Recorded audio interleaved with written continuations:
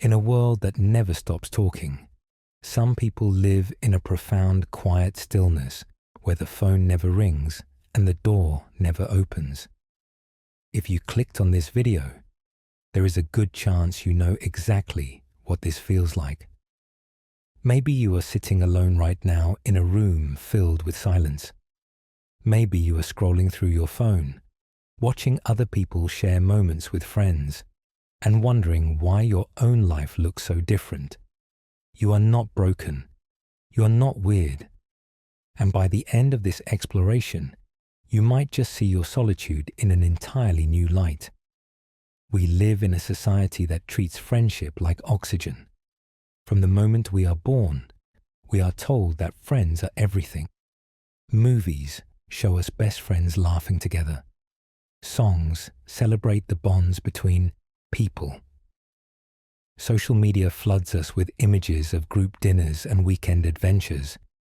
Yet here you are, existing outside of all of that. And the question that haunts the quiet hours is simple. Is something wrong with me? The answer is far more complex and far more beautiful than you might expect. To understand the loner, we must first understand what society gets wrong about connection. We are taught that being alone equals being lonely. We are told that a person without friends is somehow incomplete. But what if the opposite were true? What if some souls are simply built to walk a different path? What if the absence of friends is not a wound, but a window into a deeper way of being? Let us begin by looking at what psychologists call the social battery. Picture your energy as a cup of water. For some people, being around others fills that cup. They feel alive at parties. They glow in crowded rooms. Their cup overflows when surrounded by laughter and conversation. But for others, that same crowd drains the cup dry. Every smile requires effort. Every small talk exchange costs something. By the end of a social gathering, they feel emptied out, hollowed, desperate for the quiet of their own company. This is not weakness. This is simply how certain minds are wired. Some people are built like solar panels, drawing energy from the sun of human contact. Others are built like deep wells, finding their power in stillness and solitude. Neither is better. Neither is worse. They are simply different ways of moving through the world. Think about it like this: a cactus and a fern. Both grow and thrive and create beauty. But put a cactus in a rainforest and it drowns. Put a fern in a desert and it withers. The problem is not with the plants. The problem is the mismatch between nature and environment. When an introverted soul is forced into an extroverted world, they do not fail because they are weak. They struggle because they are playing a game with rules written for someone else. The modern world has a word for this struggle: overstimulation. We are surrounded by more noise, more images, more demands for attention than any generation in human history. For the sensitive mind, this constant assault on the senses is not just uncomfortable. It is genuinely painful, like standing under a waterfall when all you wanted was a gentle rain. Imagine a composite case profile of a person who finds the presence of others physically draining, not because they dislike people, not because they are cold or heartless, but because they feel everything too deeply. Every emotion in a room lands on their skin like rain. They absorb the moods of others like a sponge soaks up water. For this kind of person, crowded spaces are not fun. They are exhausting. They are overwhelming. And after enough overwhelm, the soul learns to seek shelter. This is what we might call the wall of protection. Some people build walls not out of fear, but out of wisdom. They have learned that their sensitive nature cannot survive constant exposure to the chaos of social life. So they create a safe harbor within themselves, a quiet place where the storms of other people's emotions cannot reach them. From the outside, this looks like isolation. From the inside, it feels like survival. Picture this safe harbor. It might be a small apartment where every object is chosen with care. A bedroom where the curtains stay drawn and the world outside fades to a distant hum. A morning routine performed in perfect solitude, where the only voice is your own inner monologue. To those who crave company, this looks like a prison. But to the one who lives there, it is a refuge, a sacred space where they can finally breathe without measuring how much air they are taking from others. The irony is that the loner often loves people deeply, perhaps too deeply. They watch others with a kind of tender attention that most people never develop. They notice the small gestures, the hidden sadness behind a smile, the unspoken words hanging in the air between sentences. This sensitivity is both their greatest gift and their heaviest burden. It allows them to understand human nature in profound ways, but it also makes casual contact feel like walking through a room full of thorns. There is something else happening here too, something that modern life makes worse with each passing year. Think about what friendship has become in our connected age. We talk more than ever before. Text messages fly through the air like invisible birds. Social media lets us see into the lives of hundreds of people at once. Yet somehow, despite all this contact, we feel more disconnected than ever. The reason is simple. Most modern communication is shallow. It skims the surface of life without ever diving deep. How was your day? Fine. What did you do this weekend? Not much. These exchanges fill time, but they do not fill the soul. For the deep thinker, for the person who craves meaning, this kind of talk feels like drinking sand when you are dying of thirst. It takes energy and gives nothing back. Consider how much of our daily talk is performance rather than communication. We say things we do not mean. We smile when we are not happy. We ask questions we do not care about the answers to. For most people, this social dance comes naturally. They barely notice they are doing it. But for the loner who watches carefully, it all feels like a strange play, where everyone has memorized their lines except you. There is a kind of exhaustion that comes from pretending, from nodding along to conversations that bore you, from laughing at jokes that are not funny, from maintaining friendships that feel more like obligations than genuine connections. After enough of this, something inside snaps. The loner says quietly, to no one but themselves, enough, and they step away from the stage entirely. What the loner often wants is not more friends. It is deeper friends, not more conversations, better ones. They hunger for the kind of talk that happens at 3 a.m, when the masks come off and the real self emerges. They want to discuss the meaning of life, the nature of the universe, the strange miracle of being alive on this spinning rock in space. But those conversations are rare. They require trust. They require time. They require a kind of vulnerability that most people avoid like a disease. So what happens when a person cannot find that depth? They retreat. They turn inward. They discover that the richest conversations they can find are the ones they have with themselves. This is not madness. This is adaptation. The mind that cannot find a worthy partner learns to become its own companion. There is a gift hidden in this solitude, a gift that crowded lives rarely discover. When you have no friends to distract you, you are forced to sit with yourself. Really sit, not scrolling, not watching, not consuming endless content to drown out the inner voice. Just you, alone with your thoughts, facing the person you actually are behind all the masks you wear for the world.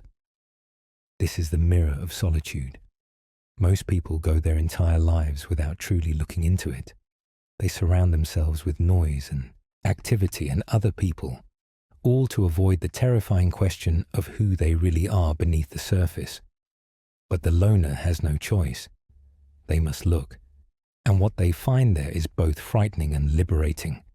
The mirror does not lie. It shows you the parts of yourself you have been hiding from, the anger you never express, the grief you never allowed yourself to feel, the dreams you abandoned because someone told you they were foolish. In the quiet of solitude, these hidden pieces come out of their corners and demand to be seen. This can feel like falling apart, like losing your grip on who you thought you were. But it is actually the opposite. It is coming together for the first time. Some people meditate for years trying to achieve this level of self-awareness. They travel to distant countries and sit in silent retreats and pay teachers to help them find inner peace. The loner stumbles into it by accident. Forced into their own company, they discover depths that busy people never find time to explore.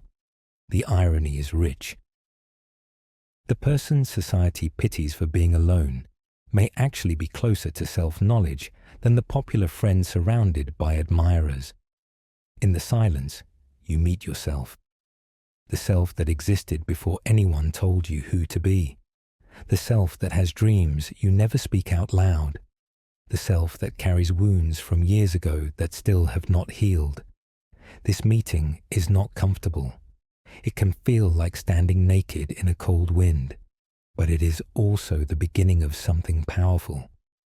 It is the beginning of knowing yourself in a way that friendship can never provide. Other people can only see your outside. Only you can see your inside. And when you spend enough time alone, you begin to understand that inside like a familiar room. You learn which corners hold shadow and which hold light. You discover what makes you peaceful and what stirs up storms. You become, in a very real sense, your own best friend. Yet we cannot pretend this path has no cost. Human beings are social creatures at our core. Our ancestors survived because they worked together. Our brains evolved to crave connection. When we are cut off from others for too long, something inside us begins to ache. This is not imagination. It is biology. Studies show that lonely people have higher levels of stress chemicals in their blood. Their immune systems work less well. Their hearts are more likely to suffer disease. So we face a paradox. The deep thinker finds crowds draining and small talk meaningless. Yet the body and brain still crave contact. The soul may prefer solitude, but the flesh was built for community. This tension creates a kind of inner war. Part of you wants to be alone. Part of you cannot bear to be alone.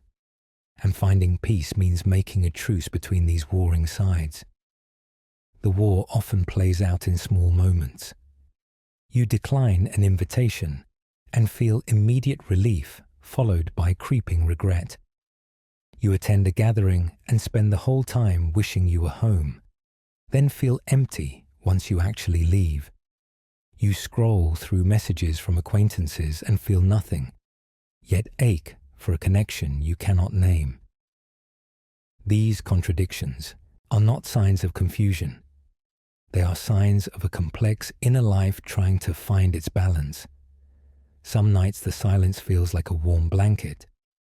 Other nights it feels like a weight on the chest. Both experiences are true. Both are part of being human in a way that does not fit neatly into categories. The goal is not to eliminate the contradiction, but to hold space for both sides. To say, yes, I need solitude, and yes, I sometimes ache for company, and neither of these truths cancels out the other. The question is not whether to have friends or not. The question is what kind of connection feeds your particular soul. Some people need many friends seen often.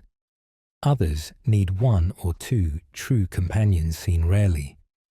Some find their connection in the pages of books, in the words of writers long dead, who seem to speak directly to their hearts. Some find it in nature, feeling more kinship with trees and stars than they ever could with other humans. There is no wrong answer here. There is only your answer. The shape of your loneliness is unique to you, carved by your history and your nature, and the million small choices that brought you to this moment. What matters is understanding that shape, knowing why you are the way you are, and making peace with the particular kind of human you were born to be. Let us talk now about what drives people away from connection entirely. Sometimes it is not personality. Sometimes it is pain. When you have been hurt enough times, the heart learns to protect itself. Every friendship that ended in betrayal, every person who promised to stay and then left, every time you opened yourself up only to be mocked or misunderstood. These wounds pile up like stones on the chest until the heart learns a simple lesson. People hurt. Avoid people. Avoid hurt. The body keeps score of every rejection, every cold look. Every time you reached out and found empty air where a helping hand should have been. Even if your conscious mind has forgotten these moments, something deeper remembers, and that memory shapes your choices in ways you might not even notice. The hesitation before sending a text, the excuse that comes too easily when someone invites you out, the way your heart beats faster when someone gets too close. All of this is the body trying to protect you from pain it has experienced before. Children who grew up lonely often become adults who expect loneliness, not because they want it, but because it is familiar. There is a strange comfort in the pain you know, versus the uncertainty of connection you have never experienced. The devil you know, as they say. And breaking free from this pattern requires more than just deciding to be different. It requires rewiring years of defensive instincts. This is not cowardice. This is the survival instinct doing what it was designed to do. The burned hand fears fire.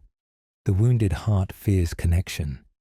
And while this fear keeps us safe from further harm, it also walls us off from the warmth we desperately need.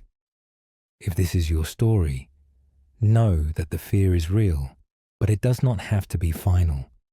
Healing is possible. Trust can be rebuilt slowly, carefully, one small risk at a time, not by throwing yourself into crowded rooms and hoping for the best, but by finding safe spaces, small interactions, low-stakes connections where you can practice being open without betting your whole heart on the outcome. This brings us to perhaps the hardest truth of all. The one that sits at the center of the loner's existence like a stone in still water. You cannot wait for the perfect friend to come along before you start living. The fantasy is tempting. Someday, you tell yourself, you will meet someone who truly understands you. Someone who sees through all your walls to the real person hiding inside. Someone who will make everything okay. But that person may never come. And even if they do, they will not fix you. They cannot, because you are not broken. You are simply different. And the work of making peace with your solitude is work that only you can do. No friend, no matter how perfect, can do it for you. So where does this leave us? Standing at the edge of a great quiet, looking into the mirror of solitude and choosing how to feel about what we see. For some, this exploration has confirmed what they already knew, that their preference for solitude is valid, that their discomfort with shallow connection is not a flaw but a feature, that they can live a full and meaningful life on their own terms, even if those terms look different from what society expects. For others, perhaps this has sparked a new understanding, a recognition that the wall they built for protection has also become a prison, that the safe harbor has become too small, that it might be time, slowly and carefully, to open a door and let a bit of light in, not all at once, not recklessly, but with intention, with awareness, with the knowledge that connection is a skill that can be learned, even by those who have spent years avoiding it. Change does not have to be dramatic. It can be as simple as saying yes to one invitation you would normally decline, sending one message to someone you have not spoken to in years, allowing one conversation to go a little deeper than the usual surface level. These small acts of courage add up over time. They build new patterns. They teach the fearful heart that not every outstretched hand holds a knife.